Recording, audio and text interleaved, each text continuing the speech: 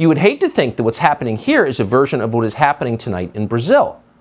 According to official tallies, a convicted criminal and avowed socialist called Lula da Silva beat the incumbent president of Brazil, Jair Bolsonaro, by a narrow margin this weekend. And yet millions of Brazilians, millions, don't believe that's what actually happened. Bolsonaro himself has not conceded.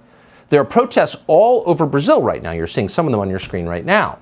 There are questions about whether all the ballots have been counted, why so many were thrown out, millions, and whether election laws were violated in the process. So we can't render judgment on those questions, but if you care about democracy, if you think the process is essential, then you would look into those allegations. Anything less is not democracy.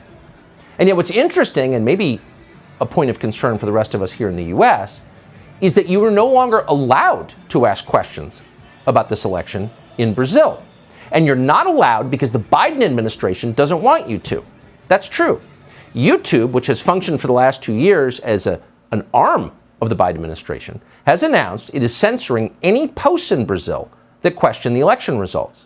Brazil's courts have also rejected any inquiry into the election. In fact, a Supreme Court judge in Brazil has also ordered social media companies to remove any social media post that questions the outcome. Overwhelming censorship in a, quote, democracy, preventing people from asking questions about how the, quote, democracy functions. So why should you care about this? Brazil, it's a long way away. Well, 2 reasons. The first is that the result of this election will determine the extent of China's influence in the Western Hemisphere. If Bolsonaro is determined the loser, and da Silva does become the president of Brazil, that means that left-wing governments loyal to China outside of our sphere of influence will control all of South America. Brazil was the last holdout, also the biggest and most significant country in South America.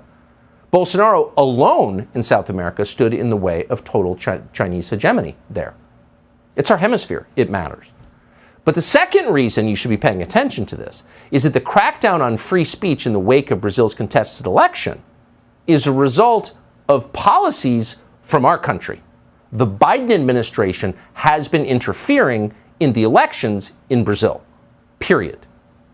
The Biden administration has already announced that Bolsonaro lost and then threatened Bolsonaro with consequences if he tries to contest the result of the election in his country. The State Department, the Biden State Department, put out a statement saying that Bolsonaro's defeat, quote, reinforces trust in democratic institutions. Really? This is an election that is contested. The demonstrations in the street prove that has not been audited, that apparently cannot be audited by fiat, and that you're not allowed to talk about. How does that restore your faith in institutions? No, only one thing restores your faith in institutions, and that's transparency. When people are hiding things, it makes you think maybe they have reason to, of course. And when governments hide things, you can be dead certain they're lying, period. But from an American perspective, the question is, why was the Biden administration interfering in a foreign election? These are defenders of democracy who believe in free and fair elections. They shouldn't be meddling in other people's elections, but they are. A lot. Several years ago, Toria Nuland at the State Department, the woman who's driving our war against Russia, was caught on tape admitting that she had engineered a coup in Ukraine. Was she punished for that? No, she was promoted. Again, she's still at the State Department. So it does make you wonder what we've been doing in Brazil. The Biden administration hated the last president in Brazil for political reasons, ideological reasons, reasons that had nothing to do with what was in America's best interest, but had everything to do with the silly lifestyle liberalism that determines their worldview.